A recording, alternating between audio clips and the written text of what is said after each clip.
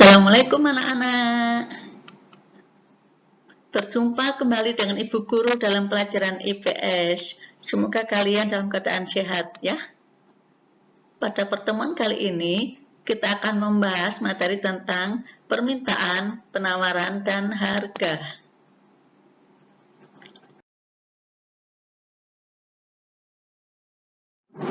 Ya, Bu Guru ulang. Inilah yang akan kita pelajari. Permintaan, penawaran, dan harga.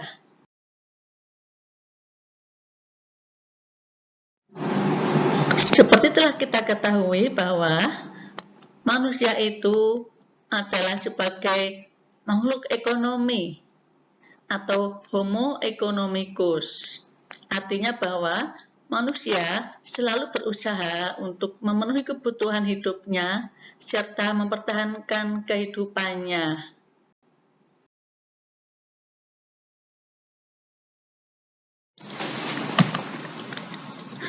Salah satu caranya adalah dengan melakukan transaksi jual beli.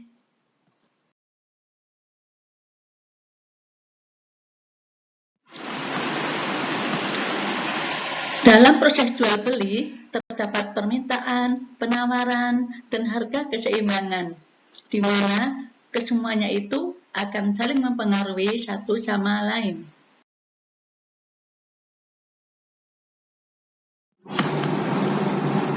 Pernahkah kalian mengamati fenomena menarik berkaitan dengan harga sembako menjelang hari raya?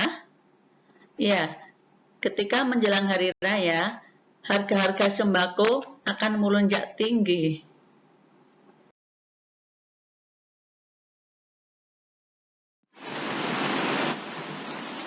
Tahukah kalian mengapa bisa terjadi demikian?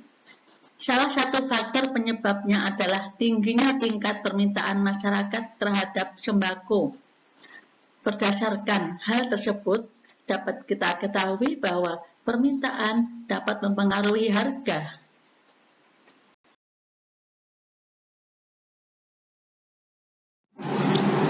Baiklah, marilah kita bahas bagian A, permintaan. Pengertian permintaan.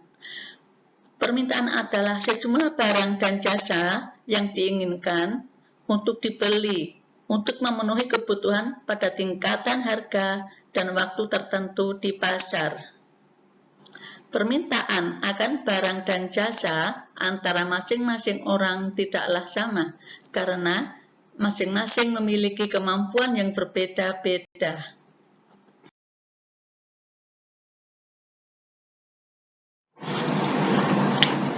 Kita bahas bagian yang kedua, yaitu faktor-faktor yang mempengaruhi permintaan. A. Harga barang. Harga suatu barang akan mempengaruhi banyaknya jumlah yang diminta. Misalnya, Ahmad mencari oleh-oleh untuk saudaranya berupa kaos di sebuah toko. Jika harga sebuah kaos itu 40.000, maka Ahmad akan membeli sebanyak 8 potong kaos. Dan kalau harganya 50.000, maka ia akan membeli sebanyak 5 potong kaos.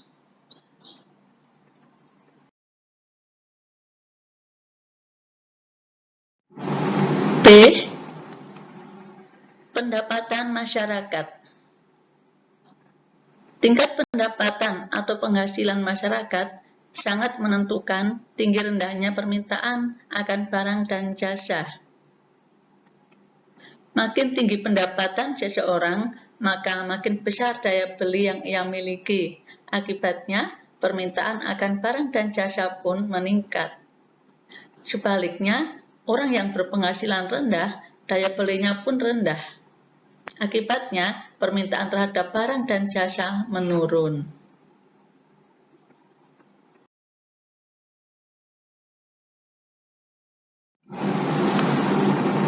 C. Selera masyarakat. Tinggi rendahnya selera masyarakat terhadap suatu barang akan berpengaruh terhadap permintaan barang tersebut. Jika selera masyarakat meningkat, maka permintaan pun meningkat pula. Demikian sebaliknya. Selera masyarakat sering disebut sebagai mode. D. Kualitas barang. Pada umumnya, orang yang menghendaki barang yang berkualitas baik, semakin tinggi kualitas suatu barang, maka permintaan orang untuk dapat memiliki barang tersebut semakin besar.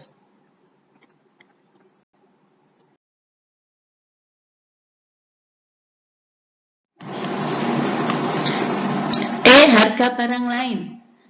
Ada kalanya barang tertentu memerlukan barang lain sebagai pelengkap dan pengganti atau substitusi. Misalnya, sebagai bahan bakar, Pertalite lebih murah daripada Pertamax, maka orang akan beralih dari Pertamax ke Pertalite, sehingga permintaan akan Pertamax menurun dan sebaliknya permintaan akan Pertalite meningkat.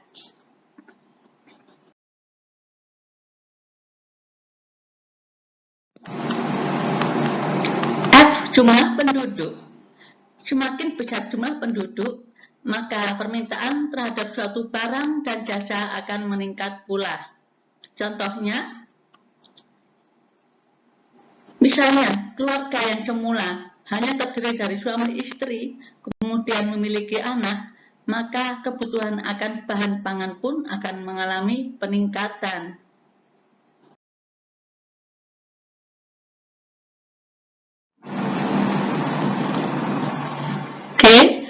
Ramalan masa depan.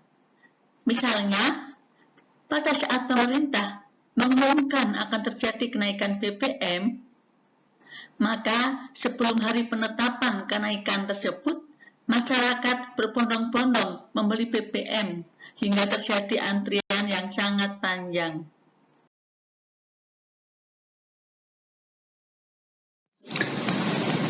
Tiga, hukum permintaan. Hukum permintaan menerangkan sifat hubungan permintaan barang dan jasa dengan harganya. Hukum permintaan menerangkan bahwa ketika harga suatu barang atau jasa mengalami penurunan, maka jumlah permintaan barang atau jasa tersebut akan naik. Dan sebaliknya, ketika harga barang atau jasa meningkat, maka jumlah barang atau jasa yang diminta akan turun. Lihat tulisan di sebelah.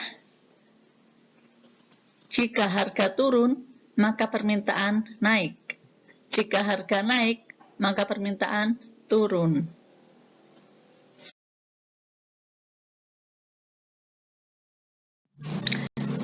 Empat, kurva permintaan. Pada umumnya, kurva permintaan bergerak turun dari kiri atas ke kanan bawah. Artinya bahwa makin rendah harga suatu barang, maka akan semakin banyak jumlah barang yang diminta, dan sebaliknya. Perhatikan gambar kurva permintaan di sebelah. Nanti akan diperlihatkan cara membuat kurva permintaan, hanya saja tanpa disertai garis bantu perpotongan antara garis horizontal yang menyatakan jumlah barang yang diminta dan garis vertikal yang menyatakan tingkat harga barang. Maka sekarang perhatikan dengan baik garis bantu perpotongannya. Apakah dengan melihat gambar ini kalian sudah bisa membuat kurva permintaan, anak-anak? Cara membuat kurva permintaan, garis horizontal atau T menyatakan tingkat jumlah barang yang diminta. Garis vertikal atau P menyatakan tingkat harga barang. Berdasarkan tabel permintaan, tentukan titik jumlah permintaan dan titik harga barang. Titik-titik perpotongan dari garis itu kemudian dihubungkan menjadi sebuah garis. Itulah yang disebut dengan kurva permintaan. Sifat kurva permintaan ini negatif, artinya antara harga dengan permintaan berbanding terbalik. Jika harga naik, permintaan turun. Jika harga turun, maka permintaan naik.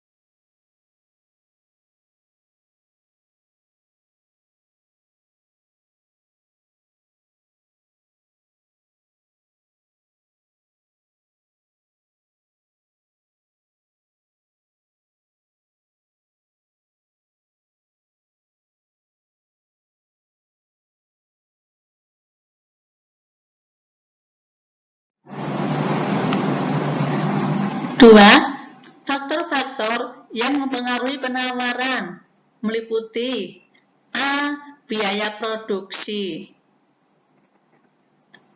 Biaya produksi adalah semua biaya yang dikeluarkan oleh produsen untuk pengadaan barang dan jasa. Besar kecilnya biaya produksi berpengaruh terhadap banyak sedikitnya barang dan jasa yang ditawarkan.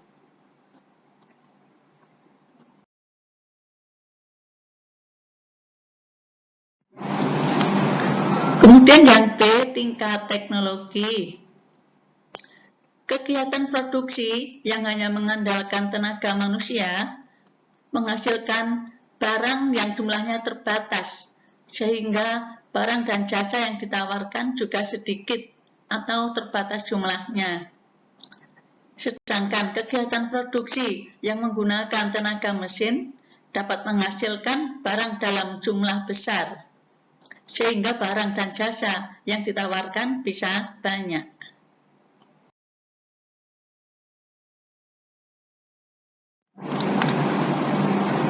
C. Harapan akan mendapatkan laba.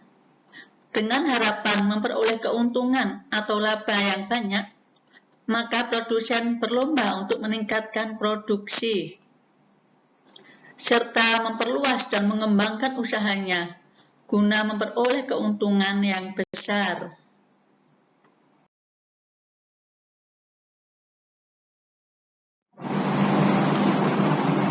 D. Faktor-faktor non-ekonomi yang meliputi bencana alam, kebijakan pemerintah, dan larangan impor akan sangat berpengaruh pada penawaran.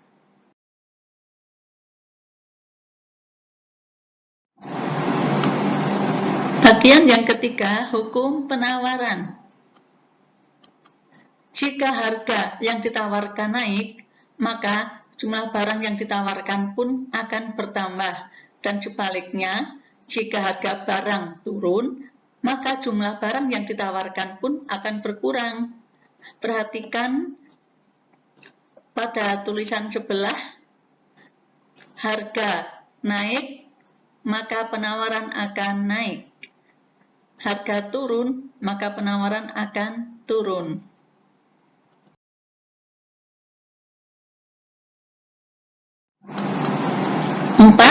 Kurva penawaran. Pada umumnya, kurva penawaran bergerak naik dari kiri bawah ke kanan atas. Kondisi tersebut menandakan bahwa semakin tinggi harga suatu barang, maka makin banyak jumlah barang yang ditawarkan. Perhatikan gambar kurva penawaran di samping. Nanti juga akan ditampilkan cara pembuatan kurva penawaran. Apakah dengan melihat tabel penawaran tersebut, kalian sudah bisa membuat kurva penawaran, anak-anak? Cara membuat kurva penawaran sama dengan cara membuat kurva permintaan, hanya saja hasil kurvanya yang berbeda. Sifat kurva penawaran bersifat positif, artinya antara harga dengan penawaran berbanding lurus.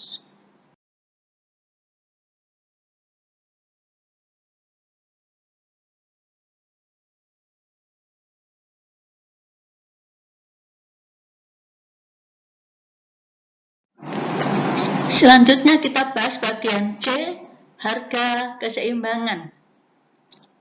Perhatikan baik-baik jika ibu sedang berbelanja di pasar tradisional. Apa yang dilakukan ibu saat membeli barang? Mengapa harga barang-barang di pasar tradisional bisa beraneka ragam meskipun kualitasnya sama?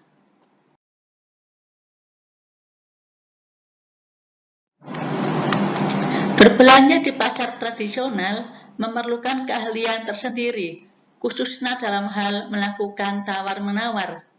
Hal ini dikarenakan di pasar tradisional memiliki kesempatan dalam menentukan harga suatu barang melalui proses tawar-menawar secara langsung dengan penjual.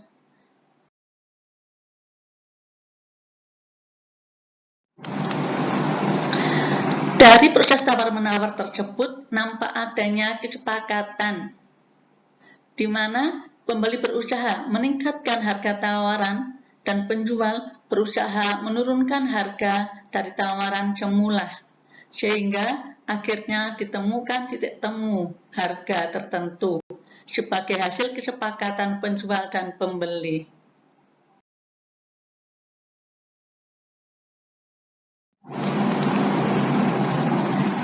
Harga yang disepakati itulah yang disebut sebagai harga keseimbangan. Jadi, pengertian harga keseimbangan adalah harga kesepakatan antara penjual dan pembeli yang tercipta melalui proses tawar-menawar. Perhatikan grafik harga keseimbangan ini. Garis merah adalah kurva permintaan, dan garis hijau adalah kurva penawaran. Dari dua garis kurva tersebut ditemukan titik potong.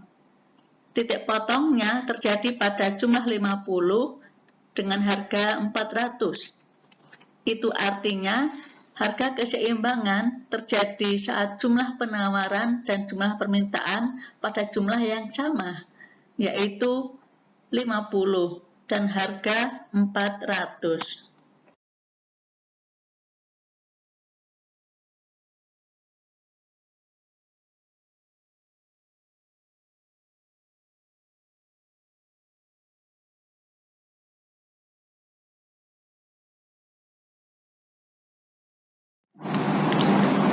Nah, anak-anak, itulah pembahasan materi tentang permintaan, penawaran, dan harga keseimbangan. Semoga kalian dapat memahaminya ya. Sampai bertemu kembali pada pertemuan selanjutnya. Assalamualaikum warahmatullahi wabarakatuh.